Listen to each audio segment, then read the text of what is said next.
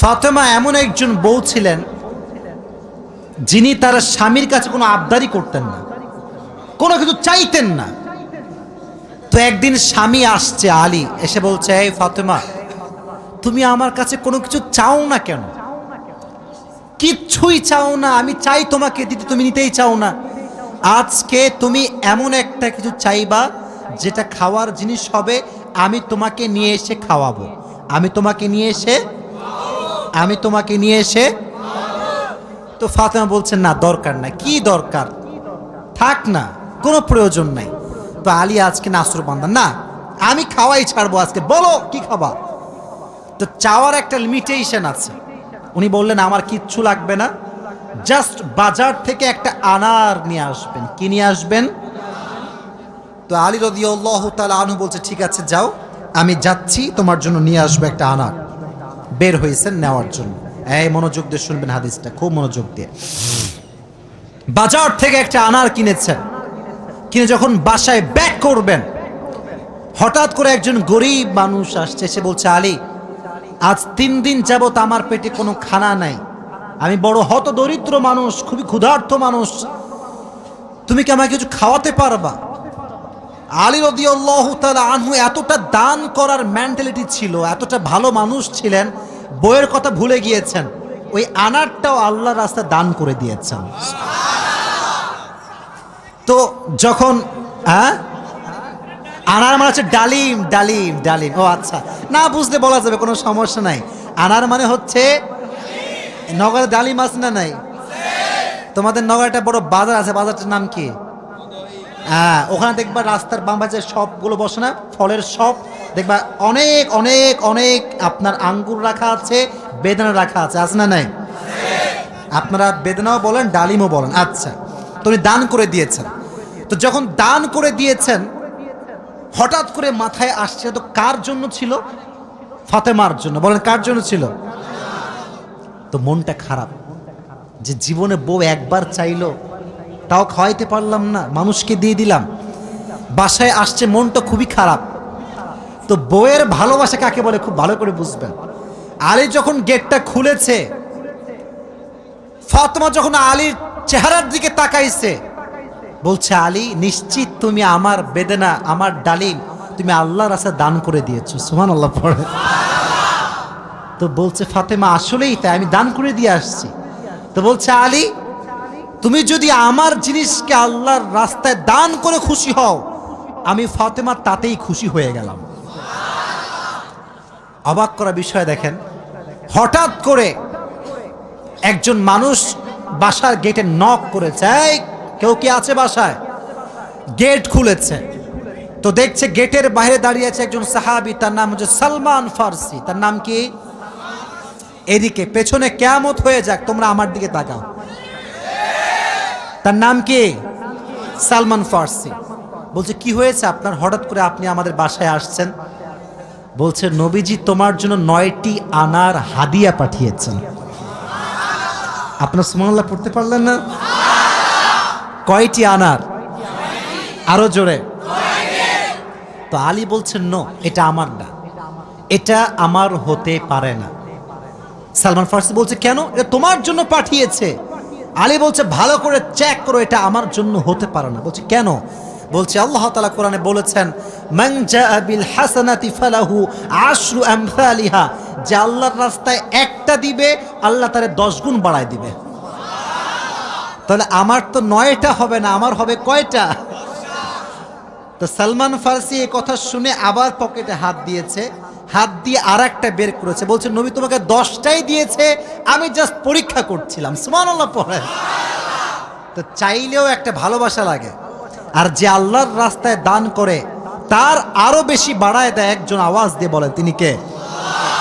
আর একটা রিওয়ায়াত বলি, একদিন ফাতেমা রাদিয়াল্লাহু তাআলা আনহা সুতা বিক্রি করলেন। কি বিক্রি করলেন? সুতার দাম হচ্ছে 6 দিরহাম। কয় দিরহাম? আচ্ছা, তো বলছে, হে আমার স্বামী আলী, 6 দিরহাম নিয়ে কয়েকটা রুটি নিয়ে আসো হাসান এবং হোসাইনের জন্য। কার জন্য? হাসান এবং হোসাইন কার সন্তান? ফাতেমা এবং আলীর সন্তান। তো অবাক করে একটা রেওয়ায়াত, আমি জাস্ট গতকালকে এটা পড়লাম, এটা আমি আগে জানতাম না। তো বের হয়েছে বাসার থেকে রুটি কিনবার জন্য। কি কিনবার জন্য?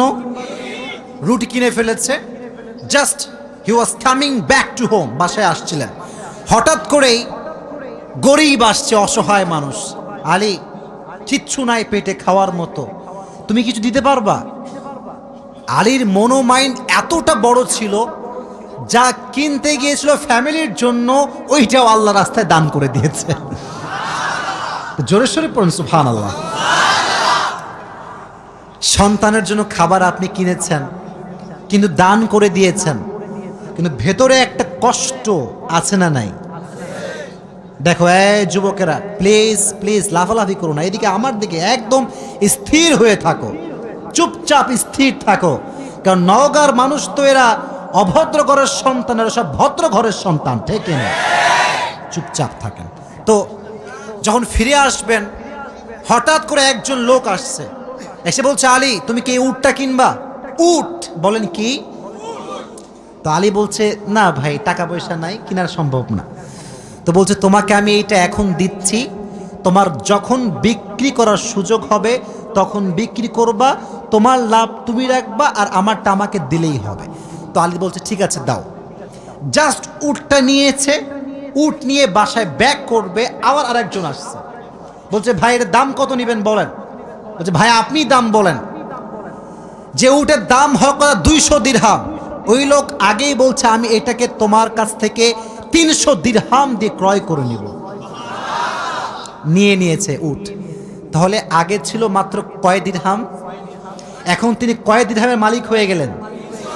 সুবহানাল্লাহ পড়তে পারলেন না? এখন এই যে 300 দিরহামের মালিক যাকে দিবে, লভ্যাংশ খুঁজে পায় না। কই গেল লোকটা? লোক আর খুঁজে পায় না, না পেয়ে বাসায় আসছে। যখন গেট খুলেছে, গেট খুলেই দেখছে নবীজি তার বাসার ভেতরে বসে আছে। বলছে, আলী আজকের ঘটনা তুমি বলবা নাকি আমি বলবো? বলছে, নবী আপনিই বলেন। বলছে, তোমার কাছে সর্বপ্রথম যিনি উট বিক্রি করেছিলেন তিনি আর কেউ নন, তিনি হচ্ছেন জিবরাইল। আর যিনি ক্রয় করেছেন 300 দিরহাম দিয়ে, সে কোনো মানুষ নয়, তিনি হচ্ছেন ইসরাফিল। কেন নবী, এটা কেন আমার সঙ্গে হলো? বল, তুমি যে নিজে না খেয়ে মানুষকে খাওয়াইছো, এটা আল্লাহর কাছে বড্ড ভালো লেগেছে। তো আল্লাহ তোমার এত বেশি বাড়ায় দিয়েছে যে তুমি কল্পনাই করতে পারো না। সুবহানাল্লাহ পড়েন। তাহলে প্রিয় ভাইয়েরা, আল্লাহর রাস্তায় দান করার জন্য আলী এবং ফাতেমার থেকে শিক্ষা নেওয়ার দরকারটা আছে না নাই? যতটুকু পারি নিজেও খাবো, মানুষকেও দিব। নিজে খাবো, মানুষকে দিব না, এটা স্বার্থপর ছাড়া কিচ্ছু হতে পারে না। আমরা স্বার্থপর হব না, ভালোবেসে যাব। আল্লাহ ভালোবাসার মন আমাদের দান করুক, পড়না আমিন। আর একটা হাদিস, আচ্ছা বলেন তো পরিবারের, আচ্ছা এখানে সব যুবক আমার মনে হয় আমরা মধ্যবিত্ত পরিবারের সন্তান, ঠিক আছে না প্রিয় ভাইয়েরা? শোনেন একটা কথা বলি, অনেক সময় অনেক যুবকের মন খারাপ হয় যে হুজুর শখের একটা R15 নাই, শখের একটা আইফোন নাই, ঠিক আছে না প্রিয় ভাইয়েরা? শখের একটা গাড়ি নাই, শখের একটা বাড়ি নাই। অনেকের এটা কষ্ট থাকে, না বললে হবে না, এটা মানুষ হিসেবে কষ্ট লাগে, ঠিক আছে, কিন্তু মাথায় রাখবা, এদিকে হাদিস বলছি, গরিবরা, মধ্যবিত্তরা বড়লোকের চাইতে 500 বছর আগেই জান্নাতে প্রবেশ করবে। এবার খুশি না বেজার? এবার হাদিস শোনা। হঠাৎ করে একদিন আলী এবং ফাতেমার ঘরে এতটা অভাব, ভাত নাই, চাল নাই, ডাল নাই, কিচ্ছু নাই, একেবারে 3 দিন যাবত না খাওয়া। কয়দিন? এটাই কম মনে হচ্ছে আপনার কাছে? কম না বেশি? আপনি বিশ্বাস করেন, আজকালকার যুবকরা বডি বিল্ডিং করে, ইভেন তার 6 প্যাক বডি আছে, কিন্তু রোজা রাখতে চায় না। এই এলাকায় মনে হয় নাই? খবর লাগাবেন না, আপনার ভাবিও রোজা রাখে না, খবর লাগায় না। আপনি বলবেন যে ভাবি হোয়াট ইজ দিস, রোজা রাখেন না? এখন বলছে বাবা গায়ে শক্তি নাই, দুর্বল। একদিন এক যুবককে বললাম, কি রে তুই আমার ওয়াজ শুনিস না? বলছে অবশ্যই শুনি। তাই রোজা রাখিস না কেন? বলছে যে ভাই রোজা রাখলে বডি কমে যাবে। নাউজুবিল্লাহ পড়তে পারলেন না প্রিয় ভাইরা? কয়েকদিন যাবত না খাওয়া। এবার আলী রাদিয়াল্লাহু তাআলা আনহু বাধ্য হয়ে গিয়েছেন, আর পারছেন না। বলছে ফাতেমা যাও, বাবার কাছে যাও, বলো আব্বাজান বাসাতে খাবার মতো কিছু নাই, আপনার কাছে কিছু হবে খাওয়ার মতো? আহা, ফাতেমা যখন ঘরে আসছেন, নবীজি ঘর খুলে দিয়েছেন। দেখেন বাবা এবং মেয়ের ভালোবাসা কত সুন্দর। ফাতেমা বলেন নাই যে আব্বাজান কিছু লাগবে। যখন গেট খুলেছে, মেয়ের চেহারা দেখেছে, আব্বা বুঝে গিয়েছে মেয়েটা আমার ক্ষুধার্ত হয়ে আমার কাছে এসেছে। সুবহানাল্লাহ পড়ে ডাক দিয়ে বলছে ফাতেমা তোমার অবস্থা কি বলো, কি হয়েছে তোমার?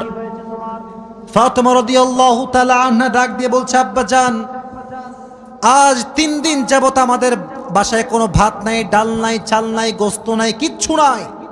আমি আপনার কাছে একজন ক্ষুধার্ত নারী হয়ে এসেছি কিছু নেওয়ার জন্য। তো নবীজি বলছেন এই যুবকেরা এদিকে তাকাও। বলছে ফাতেমা আমার কাছে 5টা বকরি আছে, 5টা দোয়া আছে।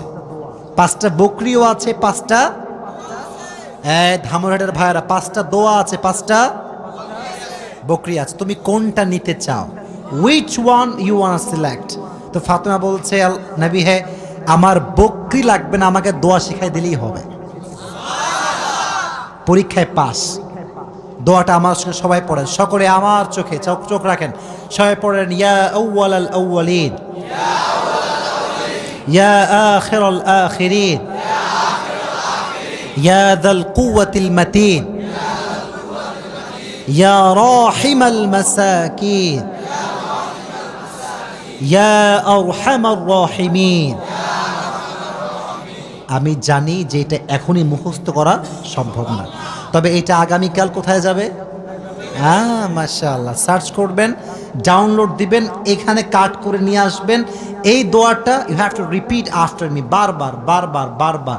নবীজি বলেছেন এই দোয়া যে যত বেশি পড়বে তার রিজিকে বরকত তত বেশি বেড়ে যাবে। এই দোয়াটা আমরা বেশি বেশি পাঠ করব তো ইনশাআল্লাহ। এবার ফাতেমা আলীর কাছে ব্যাক করেছে। আলী বলছে ফাতেমা তোমার হাতে গোস্ত কোথায়, ভাত কোথায়, খাবার কোথায়? তোমার হাত তো খালি, কোথায় আমার খাবার? তুমি তো খালি হাতে ফিরে এসেছো। বলছে আলী আমার হাত খালি না, আমার হাত ভরপুর আছে। বলছে কিভাবে? বলতেছে যে যাহাবতু লিদ দুনিয়া ওয়া জিতু বিল আখিরা, আমি নবীর কাছে দুনিয়া চাওয়ার জন্য গিয়েছিলাম, নবী আমাকে আখিরাত দিয়ে ফিরাই দিয়েছে। আমি আখিরাত নিয়ে তোমার কাছে এসেছি। তো আলী এবার নিজেই আসছে। ডানের যুবকরা কিরে আমার দিকে তাকাও। এবার নিজে কে আসছে? আলী। পরে এবার কে আসছে? নবী হে অভাব, খাবার দাবার কিচ্ছু নাই। নবী এবার সংখ্যা বাড়ায় দিয়েছে। বলছে আমার কাছে 5000 বকরি আছে আর 5টা দোয়া আছে, তুমি কোনটা চাও? আলী বলছে নবী 5000 বকরি নয়, 5টা দোয়া হলেই চলবে। কতটা আল্লাহর উপরে ভরসা চিন্তা করেন। আমার মতো আপনার মতো মদন হইলে আগে বকরি দেন, তারপর দোয়া দেখা যায়। ঠিক কিনা যুবক ভাইরা বলো? শুধু এইটা, বিপদে পড়লে মানুষ সুদও খায়, ঘুষও দেয়। আল্লাহর উপরে ভরসা করে কিছু থামবে, দোয়া করবে, তাহাজ্জুদ পড়বে, এই সবর মানুষের মাঝে নাই। ঠিক কিনা যুবক ভাইরা বল? এজন্য আমাদের অভাব আসলে, দুঃখ আসলে আমরা ভরসা করব একজনকে। আওয়াজ দিয়ে বলেন তিনি কে? আপনারা মনে হয় বিরক্ত হয়ে গেছেন, আমি দোয়া করে দেবো, তাই না? না না, বিরক্ত হয়ে গেছেন মনে হয় না। আসলে খুব ভালো লাগলো এই বিষয়টা যে আপনারা এতটা আগ্রহী যে বৃষ্টি হচ্ছিল তা আপনারা জান নাই। এটাই প্রমাণ করে নওগাঁর মানুষ ইসলাম প্রেমিক মানুষ, কোরআন প্রেমিক মানুষেরা।